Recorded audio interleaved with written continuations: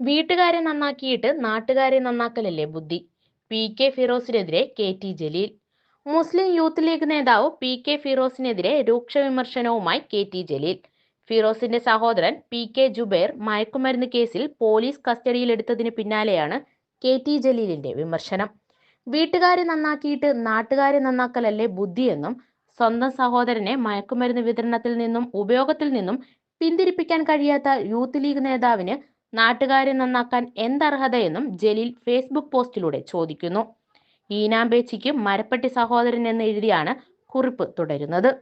പണം നേടാൻ മയക്കുമരുന്ന് മാഫിയയ്ക്ക് ഒത്താശ ചെയ്യുന്നവന്റെ സ്വന്തം സഹോദരൻ കത്ത ഉന്നാവോ ഫണ്ട് മുക്കി മണിമാളിക പണിതില്ല എങ്കിലേ അത്ഭുതമുള്ളൂവെന്നും അദ്ദേഹം പറയുന്നുണ്ട്. വയനാട്ടിലെ ദുരിതബാധിതർക്ക് പിരിച്ച പണത്തിൽ നിന്ന് 10 മടങ്ങ് വിലയ്ക്ക് ഭൂമി വാങ്ങി കമ്മീഷൻ അടിച്ചില്ലെങ്കിലേ അതിശയമുള്ളൂ എന്നും ജലീൽ കുറിപ്പിലൂടെ പരിഹസിക്കുന്നു. യൂത്ത് ലീഗ് നേതാവ് പിന്നിൽ കൂടി അപമാനിച്ച ഒരു ചെറുപ്പക്കാരനുണ്ട്. പേര് കെ.ടി. അദീബ്.